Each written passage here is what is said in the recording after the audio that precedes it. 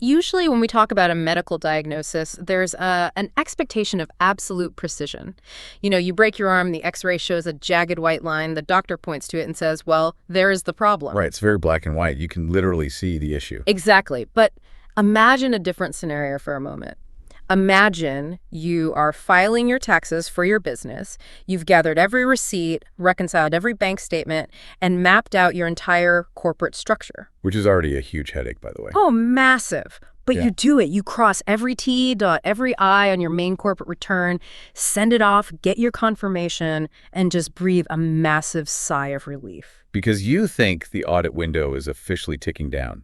3 years from now, that year is closed. Yeah, that's the standard expectation. But then you step into the world of international tax compliance, and that comfort just entirely vanishes. You eventually find out that because of one incomplete attachment, one highly specific form writing sidecar to your return, that proverbial audit window didn't just stay open. The window frame was ripped entirely out of the wall. Right. You left yourself exposed to the IRS indefinitely, and you didn't even know it. So today we are opening up a stack of sources, internal IRS training materials, memos, and Treasury regulations to figure out exactly how one specific document creates this nightmare. And that document is Form 5471, the information return of U.S. persons with respect to certain foreign corporations. We're looking at the hidden landmines, the unintended consequences of recent tax law changes, and, how the IRS trains its examiners to actually spot your mistakes. And before we get too deep, I want to quickly state that our goal here is to explore these dense tax regulations and IRS enforcement strategies neutrally. Right, we're just reading the map. Exactly. We are not here to judge congressional tax policy or IRS audit tactics. We just want to decode the complex reality of these rules so you, the listener, are fully informed. Okay, let's unpack this. Yeah. Because understanding how this form travels through the IRS system is the very first place people stumble. It really is. Form 5471 isn't something you just mail in on its own. Like a standalone Form 1040. No, it is strictly an attachment. The IRS process overviews make this very clear. When a United States person, which the code refers to as a USP, is required to file this form, it must be attached to their primary tax return. So it's essentially writing sidecar. Exactly. It rides along with an income tax return, a partnership return, or an exempt organization return. So if you're an individual, it attaches to your Form 1040. If you're a corporation, it attaches to your Form 1120. And what if you're a partnership? Then it can attach to a Form 1065, or even a Form 990 if you're an exempt organization. The reporting period it covers is the annual accounting period of the foreign entity that ends with or within the U.S. person's tax year. Okay, so it's a passenger. It relies entirely on the main vehicle to get into the IRS database. But here's the detail from the training slides that actually made my jaw drop. The IDRS quirk. Yes. The IRS's own internal computer system, the Integrated Data Retrieval System, or IDRS, doesn't have a specific tracking code for Form 5471. Yeah, that is a fascinating logistical quirk, and it dictates how the IRS actually enforces these penalties. I mean, how does that even work? Well, IDRS is a legacy mainframe system the IRS uses to track taxpayer data. Within that system, different types of returns are identified by a master file transaction code, or an MFT code. Like the Dewey Decimal System of the IRS. Exactly. Your standard individual return has an MFT code. Your corporate return has one. But because Form 5471 is an information return that attaches to a primary return, there is no separate MFT code specifically for it. Wait, but think about the implications of that. You have this incredibly complex, high-stakes form that triggers an automatic $10,000 penalty if it's missed. Sometimes multiple $10,000 penalties. Right. But the computer system doesn't have a specific separate tracking code to flag its absence. It's like tucking a crucial secret message inside a giant 1,000-page novel. That's a great way to put it. If the automated system doesn't have a specific tracker for the secret message, how does the IRS even know it's missing? Like, practically speaking, how does an examiner spot this if the computer isn't doing the work for them? Well, the lack of an MFT code means enforcement cannot be fully automated, not in the way a missing W-2 might be. It relies heavily on circumstantial triggers. So they have to look for clues. Yeah, manual examiner risk analysis. The training materials instruct examiners on 3 specific ways penalties are triggered. The easiest is if the main return is filed late. Oh, because if the main car is late, the passenger is late. Exactly. If the Form 1120 is late, The attached Form 5471 is late and the penalty is asserted. The second is if the examiner is reviewing the main return and realizes the attached form is not substantially complete. Which is a massive legal standard we're going to dissect in a bit. But what about the third scenario? What if you just leave the form off entirely? That's where it gets interesting. Yeah, because if there's no MFT code blinking red on the screen saying, hey, form expected, where's the tripwire? The tripwire is found in the inconsistencies of your broader tax footprint. The examiner is trained to look for, well, footprints that suggest a foreign corporation exists in the first place. Like what kind of footprints? For example, they might look at Form 1118, which is used to claim the foreign tax credit. If a U.S. corporation is claiming a credit for taxes paid by a foreign subsidiary, but there is no Form 5471 attached for that subsidiary, that is an immediate glaring discrepancy. Oh, wow. So you're basically telling on yourself with the other forms. Exactly. Or they might read the footnotes of your consolidated financial statements. Public companies, and actually many private ones, have to disclose their significant foreign subsidiaries for U.S. GAAP purposes. So the examiner just reads the public financial statement. Yeah. An examiner will pull the organizational chart from the financial statements, count the foreign entities, and then count the Form 5471s attached to the tax return. That's so simple, but so effective. Right. If there are 20 foreign subsidiaries on the org chart, but only 15 forms attached, the examiner knows exactly where to start digging. That is fascinating. The IRS essentially penalizes the silence. They use your other compliant documents to prove that you omitted this specific information return.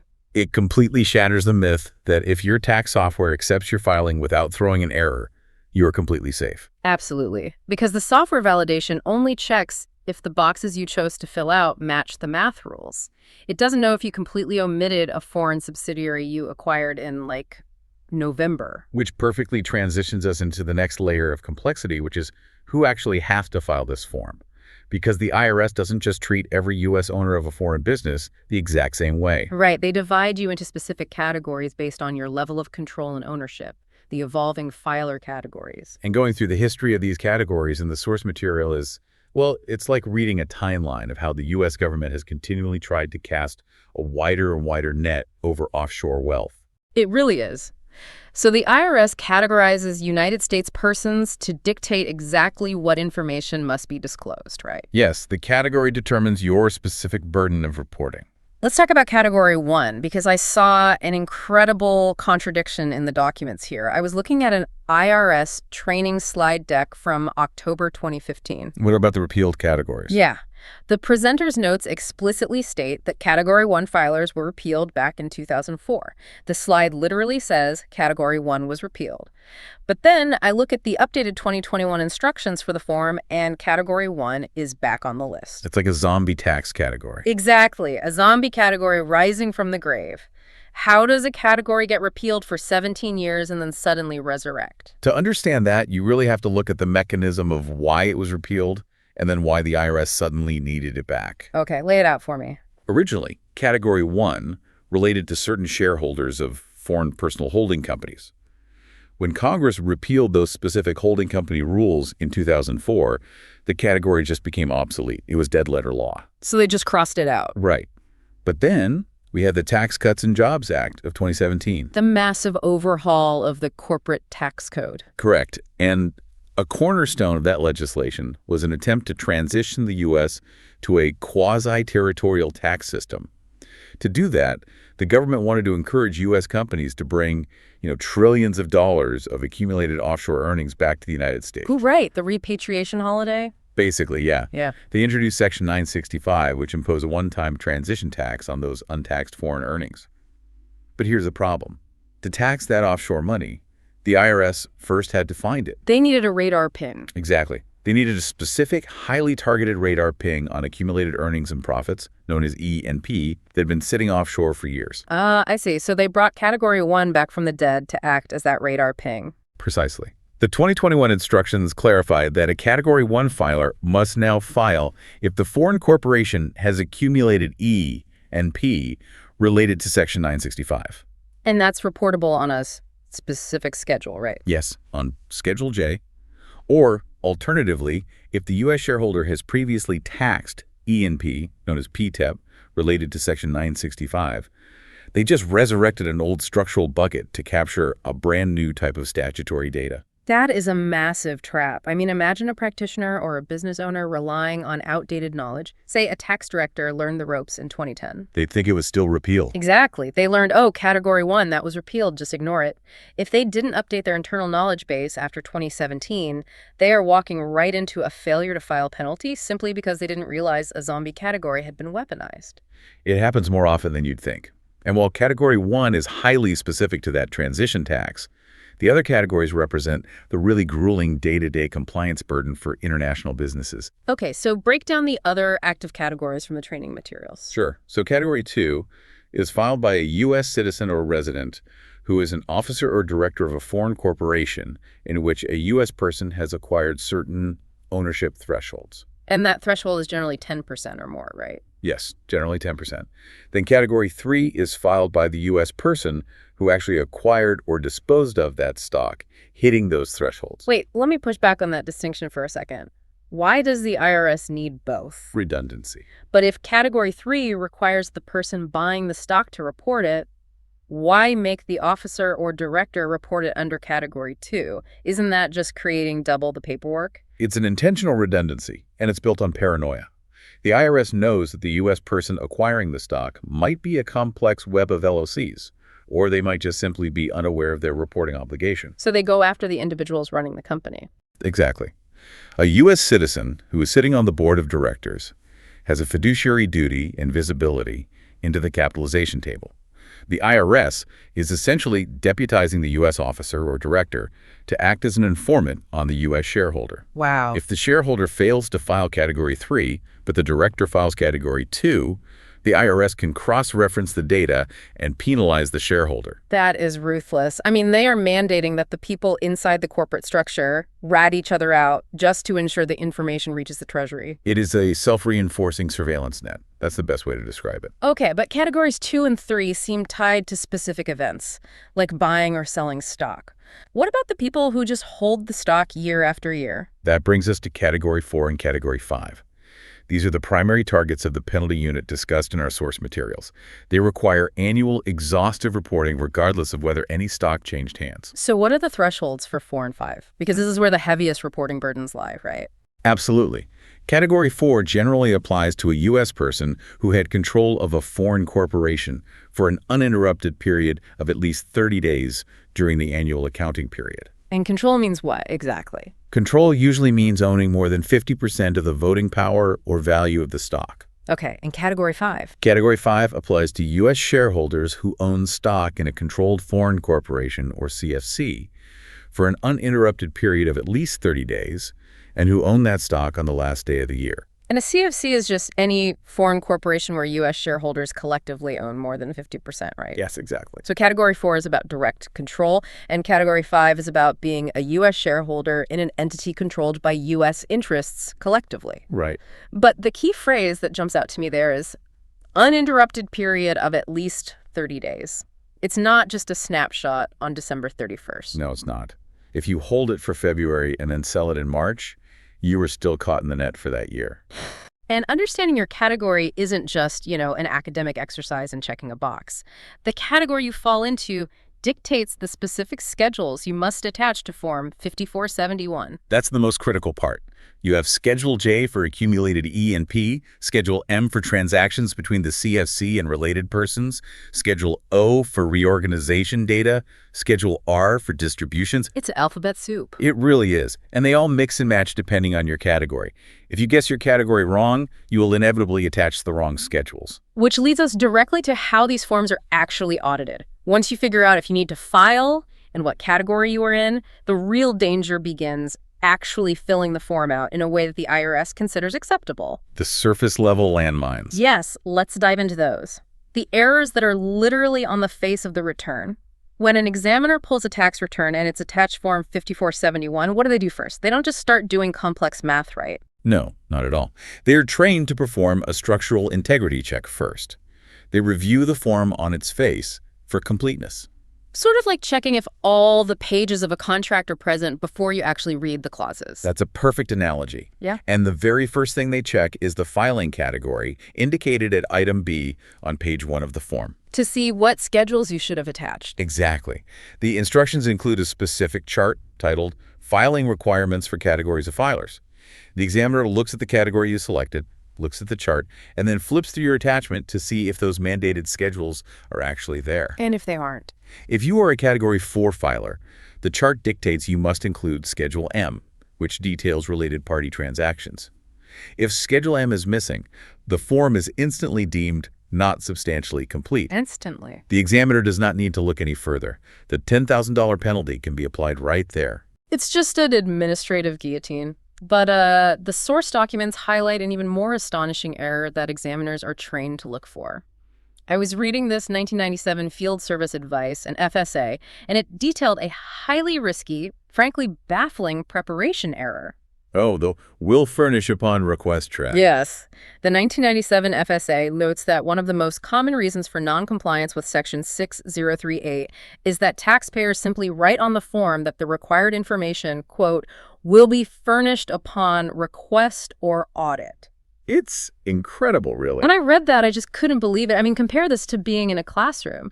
It is literally like handing a teacher a blank exam paper with a sticky note that says, I totally know all the answers to these calculus questions. Just ask me out loud if you really want them. Yeah, that's exactly what it's like. Why would a business or their highly paid accounting firm ever think this is an acceptable way to file a federally mandated tax form? Well, you have to view it in the context of the era. In 1997, compiling international financial data was vastly more difficult. You didn't have cloud-based global ERP systems. True. Getting data from a factory in Europe probably took weeks. Exactly.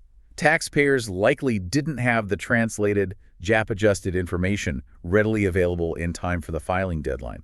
So they treated the form as a mere placeholder, assuming that since the IRS rarely audited these forms back then, it wouldn't matter unless a full-blown exam was opened. They fundamentally misunderstood what an information return is. They did. The IRS doesn't want the data during an audit. The IRS uses the data to determine if they should audit you in the first place. It's just a stalling tactic. I'll give it to you if you catch me. And the FSA makes it crystal clear. This is a glaring error apparent from the face of the form. It completely negates the concept of substantial compliance. The IRS does not accept an IOU for required statutory data. So writing will furnish upon request is effectively the same as filing a blank piece of paper. It triggers the penalty immediately. A placeholder that triggers a $10,000 fine per form per year. If you have 10 foreign subsidiaries, you just bought yourself a $100,000 penalty for trying to buy a little extra time. It's an expensive sticky note. Definitely. What are some of the other massive red flags on the face of the return that examiners look for? The trading materials list a few major ones. Failing to provide financial statements for the controlled foreign corporations is a primary trigger. But an even more common trap is providing consolidated financial statements of 2 or more foreign corporations instead of breaking them down entity by entity. Wait, stop right there, because this sounds like a very logical thing a business would do to save time. It seems logical to the business, yes. Right.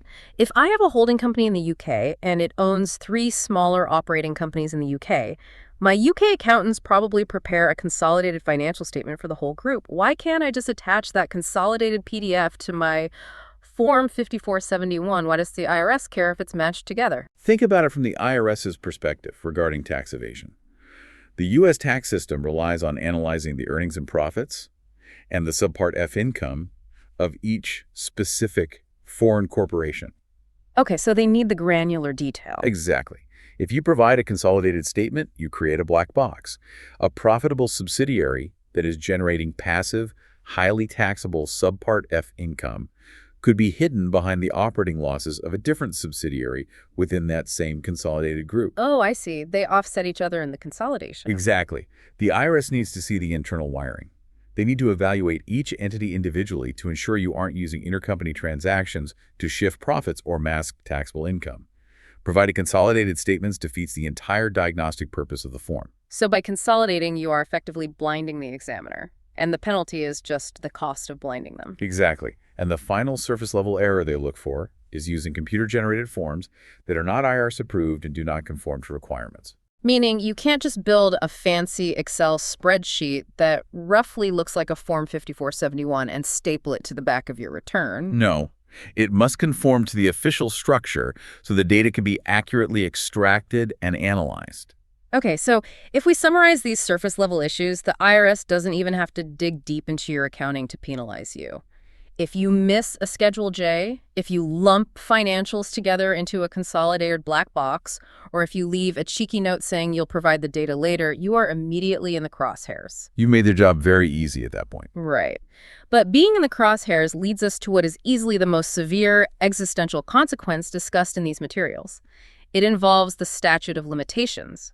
This is where the phrase substantially complete stops being just a bureaucratic checklist and becomes your only shield against permanent audit exposure. This is truly the critical mechanism of the entire reporting regime. Normally, under Section 6501 of the Internal Revenue Code, the IRS has 3 years from the date you file your return to assess additional taxes. Right. That's the baseline assumption every taxpayer operates under. 3 years and you're safe. But there is a massive exception to that rule. Under Section 6501, subsection C, paragraph 8. Okay, and what does that exception do? This section dictates that the statute of limitations for assessing tax regarding any event or period to which information is required to be reported under Section 6038, which includes Form 5471, does not expire until 3 years after the date on which the information is actually furnished to the IRS. Wait. And the courts in the IRS have interpreted furnished to mean filing a return that is substantially complete. I want to make sure I'm grasping the magnitude of this. I am looking at the memo referenced in the source material from David W. Horton, who was the Director of International Individual Compliance for the LB&I Division. The implication of his guidance on the statute of limitations is absolutely stark. It's terrifying for taxpayers. If my Form 5471 is not deemed substantially complete, the 3-year clock never even starts ticking. The clock never starts. The statute remains open. So let's run a hypothetical. Let's say I file my corporate tax return in 2018. I attach a Form 5471 for my French subsidiary, but I mess up. I attach a consolidated financial statement instead of a separate one, or I just forget Schedule M. Okay, a surface-level error. Right. Fast forward to 2026, 8 years later. Under normal rules, 2018 is ancient history. But because my 2018 form wasn't substantially complete, my entire 2018 tax year is still open to audit. It used to be even worse than that. Under the older rules, the failure to file a substantially complete Form 5471 kept the statute open for the entire tax return. Are you kidding? No. The IRS could theoretically come back a decade later and audit your domestic travel expenses because the incomplete international form kept the entire Form 1120 statute open. Wow, but you said used to be. Yes. To be accurate to the current code, Congress did amend Section 6501, subsection C, paragraph 8, to state that if the failure to file is due to reasonable cause and not willful neglect, the statute remains open only with respect to the item related to the failure. Oh, okay. But if you cannot prove reasonable cause, the entire return remains exposed indefinitely. That is horrifying, but it raises an immediate glaring issue. Who defines substantially complete? That feels like an incredibly subjective term. It does sound subjective. Yeah. An examiner could just look at my form, find a minor typo in a street address, declare it not substantially complete, and suddenly my audit window is open forever. That gives an individual IRS agent terrifying power. And that is exactly why the IRS does not leave it to the subjective whim of a single examiner. They rely on established internal legal guidance to define the standard. Okay, what's the standard? The training materials specifically point examiners to Chief Counsel Advice, or CCA, 2004-29007. The CCA is the definitive framework. It outlines 7 specific factors used to determine if a taxpayer substantially complied with Section 6038. A 7-factor test. Walk us through how that actually works in practice. The 7 factors essentially boil down to 2 main pillars: the magnitude of the error and the utility of the information to the IRS. The guidance instructs the examiner to ask a core question. Did this error prevent the IRS from gathering the necessary information to conduct an effective exam? So it's a functional test, not a perfection test. Exactly. If I accidentally misspell Avenue in the foreign corporation's address, but all the financials are perfectly accurate, broken out by entity, and every schedule is attached, the IRS can still functionally audit me. The typo doesn't stop their work. Correct. Under that CCA framework, that typo would be considered a minor, inadvertent error. It does not severely impact the service's ability to examine your tax position. Therefore, the form remains substantially complete, the penalty does not apply, and your statute of limitations ticks down normally. That's a relief. But if you fail to provide a balance sheet, or if you omit Schedule J detailing your E&P history, you have fundamentally blinded the examiner. You have withheld the exact mathematical data they need to determine if you owe tax. And in that scenario, the form is not substantially complete, the $10,000 penalty applies, and your statute of limitations is frozen. that distinction is crucial. Substantial compliance is about whether you gave the IRS the tools they need to do their job, and that transitions us into the deepest, most complex part of this reporting regime. The accounting nightmare. Yes. We've talked about the surface-level errors, missing pages, consolidation, cheeky notes, but the source materials explicitly state that examiners are trained to look beyond the face of the return during their exam risk analysis. They absolutely are. Even if the form looks pristine on its surface, every schedule is attached, the boxes are neatly checked, no consolidated financials, the underlying numbers themselves must meet incredibly stringent standards. This is where the compliance burden shifts from an administrative annoyance to a monumental accounting undertaking. I'm looking at the notes on another piece of Chief Counsel advice, CCA 2006-45023. That CCA is brutal. It really is. It says that for a form to be substantially complete, significant pieces of information must be correct. And it calls out two massive accounting hurdles that taxpayers must clear. Let's take them one at a time. First, it requires that the balance sheets and income statements reported on the form be in accord with U.S. generally accepted accounting principles, or U.S. GAAP. This is a tremendous, often underestimated hurdle. Let's use a real-world scenario to explain it. Let's say your U.S. company acquires a manufacturing facility in Germany, organized as a GmbH. That German entity keeps its daily books according to the German commercial code, known as HGB. At the end of the year, they hand you their pristine, perfectly accurate German financial statements. Sounds good so far. Well, to file a substantially complete Form 5471, you cannot simply take those German numbers, translate the labels into English, and drop them onto the IRS form. You have to physically convert the financial statements to align with U.S. GAAP. But why is that so difficult? Isn't revenue just revenue and expenses just expenses, regardless of where you are? Absolutely not. Accounting principles are essentially different financial languages. For instance, under German HGB, a company might be required to aggressively depreciate an asset over 5 years to reflect a conservative valuation. Okay. But under U.S. GAAP, that same asset might need to be depreciated over 15 years. If you just copy the German numbers, your expenses on the form will be artificially high and your net income will be artificially low compared to U.S. standards. Oh, wow. There are massive differences in how you account for leases, how you recognize revenue over time, and how you value inventory, like LIFO versus FIFO. So the U.S. parent company basically has to run a secondary set of books or hire an expensive international accounting firm to do a full U.S. GAAP conversion just to satisfy this one IRS form. The administrative burden is immense. It is immense, but it is explicitly required by the regulations. The IRS needs to evaluate global operations through a standardized U.S. lens. If the amounts reported are not in accord with U.S. GAAP, CCA 2006-45023 states, the form is not substantially complete. Your statute of limitations remains open. Okay, so that's hurdle number one. But the burden goes even further.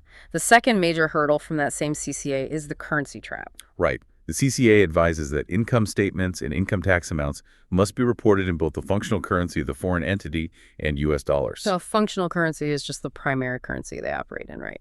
Yes, the primary currency of the economic environment in which the foreign entity operates. So for our German subsidiary, that is the euro. You cannot just provide the numbers in euros and expect the IRS examiner to look up the exchange rate. That makes sense. But conversely, you cannot just provide the numbers in U.S. dollars and hide the original euro amounts. You must provide dual currency reporting right on the face of the schedules. I have to ask the obvious question here. Why? Why does the IRS demand both? If they want to assess U.S. tax, shouldn't U.S. dollars be enough? They demand both because fluctuations in foreign exchange rates can generate hidden taxable income or losses. Under Section 986 of the Code, translating foreign taxes in E&P into U.S. dollars is a highly regulated process. So you can't just pick whatever exchange rate you want. Exactly. You have to use specific average exchange rates for income and spot rates for certain distributions. If a U.S. company tries to manipulate which exchange rate they use to artificially inflate a foreign tax credit or artificially shrink their E&P, the IRS won't catch it if they only see the final U.S. dollar amount. Oh, I get it. By forcing you to report the functional currency alongside the US dollar amount, the examiner can just divide the two. Yes, they divide them, find the exact exchange rate you used, and verify it against historical market data. It is a built-in audit check. So to summarize this nightmare, I have to take my German company's books, manually convert the depreciation and revenue from German rules to US GAAP, and then report all of those newly calculated US GAAP numbers in both euros and US dollars, applying the correct statutory exchange rates for different line items. That is the process, yes. And if I fail to do any of that properly, I haven't substantially complied, the $10,000 penalty hits, and my audit window never closes. That is the reality outlined in the examiner training materials. It is why international tax compliance requires specialized software and expertise. And before we move on, I want to inject some specific risk hotspots that are outline highlights, because the IRS knows exactly where to look when they want to find these conversion errors. They definitely have their favorite hunting grounds. Right. The source mentions high-taxed CFCs with complex E&P or PTEP histories as a major risk area. Because the history of those earnings is so complicated to track year over year. If you mess up the currency translation in year 1, it infects year 5. Exactly. And another hotspot is entities and jurisdictions with complex local tax rules and hybrid instruments. Like, if a country treats an instrument as debt, but U.S. rules treat it as equity. That is a classic U.S. GAAP conversion issue. The local books will show interest expense, but for U.S. purposes, it's a dividend. If you don't adjust that on the Form 5471, you are completely misreporting your income. And finally, they flag reorganization years, check the box years, and acquisition or disposition years, because that's when the structure itself shifts, and taxpayers frequently attach the wrong schedules or forget to report the new entity. Reorganizations are incredibly high risk for 5471 compliance. So we've talked about all this complex math for active manufacturing businesses or reorganizations, but what if the foreign corporation does absolutely nothing? What if you set up a shell company in the Cayman Islands 5 years ago for a joint venture that fell through, and it has just sat there with zero revenue, zero expenses, and zero activity ever since? The dormant corporation trap. Yeah. If the company is essentially dead, why do I need to convert €0 to $0 under US GAAP? Surely the IRS doesn't care about an empty box. That is a very dangerous assumption. The training materials issue a stark caution on this exact scenario, complete with a red exclamation point in the presentation slides. They cite Revenue Procedure 92-70. You still have to file Form 5471 for dormant foreign corporations. But why? If there is no money, there is no tax to collect. Because in the realm of international tax, silence is the ultimate red flag. Yeah. The IRS operates under the assumption of information asymmetry. They do not know it is dormant unless you affirmatively declare it is dormant under penalty of perjury. If you stop filing, the IRS doesn't assume the company died. They assume you are hiding the income it suddenly started generating. Now, Revenue Procedure 92-70 does provide a reduced reporting burden. You don't have to fill out every complex schedule for a truly dormant entity. But the fundamental requirement to file the summary page does not vanish.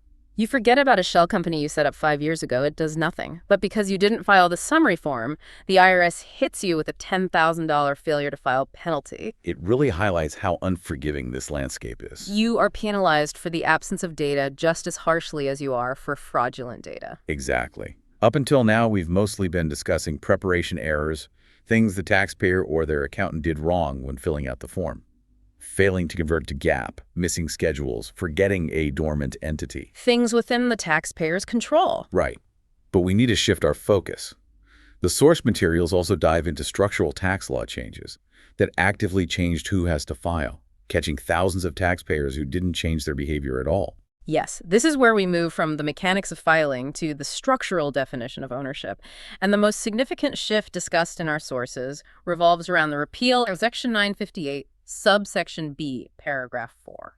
This was a seismic shift in international tax law, enacted as part of the Tax Cuts and Jobs Act on December 22, 2017.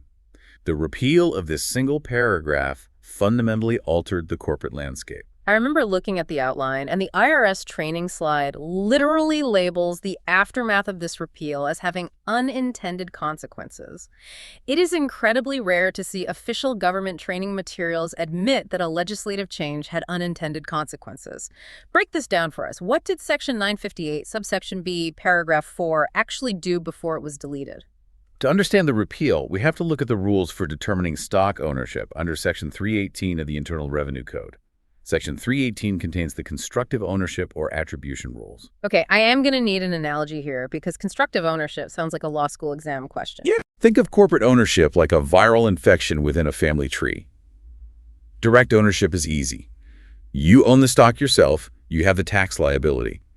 But attribution rules say, we are going to treat you as owning stock that your closely related family members own or that entities you are connected to own. So it's spreads. Yes. If one branch of the corporate family tree catches a U.S. tax requirement, the attribution rules dictate how that requirement travels through the branches to infect other entities. Okay, so if I own a holding company, the rules might attribute the stock I own down into the holding company, or vice versa. Precisely. There is upward attribution, lateral attribution, and downward attribution. Downward attribution specifically looks at pulling ownership down from a parent or a shareholder into a subsidiary entity. Now, before 2017, Section 958, subsection B, paragraph 4, acted as a firewall. A firewall against the virus. Exactly. It explicitly stated that the downward attribution rules could not be applied to treat a United States person as owning stock that was actually owned by a foreign person. It stopped the virus. It said, we will not attribute ownership downwards if the person who actually owns the stock is a foreign entity and the person we are attributing it to is a U.S. entity. It prevented the U.S. tax net from catching foreign-owned assets just because they happen to share a broader corporate family tree with a U.S. subsidiary. Let me give you the classic textbook scenario.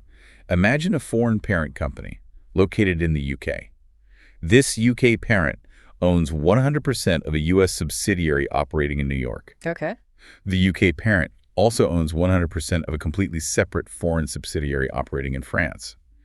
Before 2017, the U.S. subsidiary in New York had no reporting requirement for the French sister company. They are separate branches. The firewall prevented the U.K. parent's ownership of the French company from being attributed downward to the U.S. subsidiary. But then, on December 22nd, 2017, Congress repealed that firewall. They deleted Section 958, subsection B, paragraph 4. What happened to our hypothetical company? The firewall vanished. Suddenly, under the rules of Section 318, subsection A, paragraph 3, subparagraphs Cap A, Cap B, and Cap C, the foreign U.K. parent's 100% ownership of the French subsidiary is attributed downward to the U.S. subsidiary. Wait, so the U.S. subsidiary in New York is now legally treated as owning 100% of its French sister company, even though it doesn't actually own a single share, has no control over it, and receives no economic benefit from it. That is exactly what happens. It is a bizarre corporate fiction where downward attribution forces a U.S. company to claim ownership of a foreign relative's footprint. That is wild. And because the U.S. subsidiary is now treated as owning 100% of the French company instantly meets the definition of a controlled foreign corporation, or CFC. And because it's a CFC, the U.S. subsidiary instantly becomes a Category 5 filer, required to file Form 5471 for a French sister company it has no actual relationship with. That is the unintended consequence the training slides were talking about. Overnight, simply because a firewall was removed, thousands of U.S. subsidiaries of foreign multinationals were suddenly categorized as Category 5 filers. They were staring down the barrel of a $10,000 failure to file penalty for sister companies they might not even have the financial data for. I mean, how is a subsidiary in New York supposed to force its UK parent to hand over the JAP-converted dual currency books of a French sister company just to file an IRS form? That was the exact panic that swept through the tax community in 2018. The burden was monumental and in many cases legally impossible due to foreign data privacy laws. So what did the IRS do? The IRS eventually had to issue relief through revenue procedures, allowing for alternative reporting or limiting the penalty exposure in certain constructive ownership scenarios where the U.S. entity had no actual direct control. But the underlying law is still there. Yes, the fundamental structural shift remains. The source notes that this repeal was effective for the last taxable year of foreign corporations, beginning before January 1st, 2018, and every year after. It highlights how terrifyingly dynamic the tax code is. You didn't buy new stock, you didn't change your business model, you didn't move money offshore.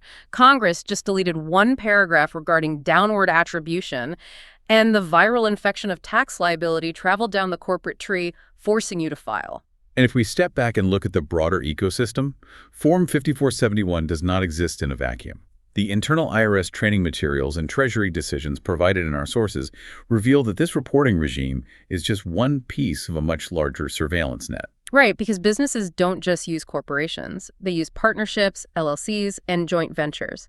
The source materials include excerpts from Treasury Decision 8850, which expands our view into the partnership realm. Treasury Decision 8850 deals with final regulations under Section 6038, relating to information reporting requirements for United States persons owning interests in controlled foreign partnerships, or CFPs. So the net expands. It's not just CFCs, it's CFPs. The underlying logic of the IRS is entirely consistent. If you are a U.S. person with significant control or ownership in a foreign entity, whether it is a corporation requiring Form 5471 or a partnership requiring Form 8865, the U.S. government demands absolute visibility into that entity's operations, its U.S. GAAP financials, and its intercompany transactions. And it is not just about holding the ownership. The outline points out that Treasury Decision 8850 also includes amendments to the regulations under Section 6038 Cap B. And what does Section 6038 Cap B cover? Treasury Regulation Section 6038 Cap B covers the reporting requirements with respect to transfers of property to both foreign partnerships and foreign corporations. So this is the final piece of the puzzle. The reporting ecosystem captures the existence of the entity via Form 5471, the financial performance of it in U.S. GAAP, and anytime you actually move property like cash, equipment, or highly valuable intellectual property across the border into or out of that entity. They have surrounded the entire life cycle of a foreign investment with these severe penalty-bearing information returns. It is a comprehensive, unbroken chain of data. The IRS wants to know when you set it up, what you put into it, how much money it makes every year, and when you finally shut it down or sell it. And this brings us to the most practical advice for navigating exam risks, which the source materials highlight regarding IRS information document requests, or IDRs. Yes, the war stories of handling an actual audit. If the examiner looks at your Form 5471 and decides something looks off, maybe the dividends reported on your Form 1118 foreign tax credit don't match the distributions reported on Schedule R of your Form 5471, they issue an IDR. How do you survive that? You survive it through rigorous defensive documentation. The training materials emphasize that when an examiner questions the E&P reported on Schedule J or a related party transaction on Schedule M, the taxpayer must be able to tie every single number on that form back to a clear, contemporaneous work paper. So you can't just make it up on the fly. You cannot retroactively try to figure out how you converted German HGB to U.S. GAAP 3 years ago. You must have the reconciliation spreadsheet saved, dated, and tied directly to the source documents. If you cannot produce a work papers that prove how you arrived at the numbers on the substantially complete form, the examiner will unravel the entire position. So what does this all mean for the listener? We have covered a tremendous amount of ground today. If you are a CFO, a tax director, or a business owner managing these global structures, tying every number back to a work paper isn't just a best practice, it is a literal survival tactic. It is your only shield. When you are managing high-tax CFCs, navigating jurisdictions with hybrid debt equity instruments, or dealing with reorganization years where you make check-the-box elections, your documentation is your only defense against a permanently open statute of limitations. I strongly agree. The ultimate takeaway from these internal training slides, the Chief Counsel advice, and the Treasury regulations is not to panic, but to build a rigorous, repeatable annual process. A system you can rely on year after year. Yes, you cannot rely on last year's knowledge, as we saw with the Category 1 resurrection and the repeal of Section 958, subsection B, paragraph 4. The instructions evolve, the geopolitical goals of the tax code shift, and your internal compliance process must update dynamically to ensure you achieve substantial compliance every single year. Let's quickly summarize this incredible journey we've taken through the source material. We started by discovering that Form 5471 is a passenger, an attachment virtually invisible to the IDRS system's automated MFT codes, requiring human examiners to spot its absence using circumstantial clues. Then we watched Category 1 filers rise from the dead to track the Section 965 transition tax. We navigated the surface-level landmines, learning that writing will furnish upon request is the quickest way to buy yourself a $10,000 penalty. We also explored the immense accounting burden of errors beyond the face of the return. We learned from CCA 2006-45023 that translating foreign books into U.S. GAAP and reporting in both functional and U.S. currencies is mandatory for substantial compliance. And we analyzed the Horton Memo and the 7 functional factors of CCA 2004-29007, establishing the terrifying reality that without substantial compliance, your 3-year statute of limitations never even begins. And finally, we saw how a single deleted paragraph, the repeal of Section 958, subsection B, paragraph 4, unleashed the downward attribution rules of Section 318, creating a viral infection of unintended tax consequences that caught thousands of U.S. subsidiaries in the expanded net of Category 5 filing requirements. All of this interconnected with the partnership and property transfer rules of Section 6038 Cap B. It is a profound amount of complexity, reflecting a government desperately trying to track the flow of physical and intangible wealth across borders. But by understanding the mechanics of how the IRS trains its examiners to view these forms, taxpayers can better prepare themselves to meet the standard of substantial compliance. As we wrap up this deep dive, I want to leave you, the listener, with a final lingering question to ponder. We spent all this time exploring incredibly dense physical world concepts applied to tax law, national borders, property transfers, functional currencies, and downward attribution through corporate family trees. Very tangible concept. Exactly. But as global business becomes increasingly decentralized and digital, where value is created in the cloud, unattached to a specific foreign jurisdiction, and managed through decentralized autonomous organizations or blockchain protocols, are we approaching a point where these geographical corporate structures become entirely obsolete? That is a fascinating thought experiment. Will the definition of ownership and attribution itself need to be fundamentally rewritten for the digital age, rendering compliance behemoths like Form 5471 relics of a bygone physical era? The friction between a tax code built for physical borders and an economy moving toward borderless digital realities will certainly be the next great challenge for the Treasury. Something to mull over as you organize your files for the upcoming year. Remember, you might think you've crossed every T and dotted every I on your main corporate return, but in the world of international tax, a messy sidecar can leave your audit window open indefinitely. Make sure you close the window. Thank you for joining us on this deep dive. Stay curious, keep learning, and we will see you next time.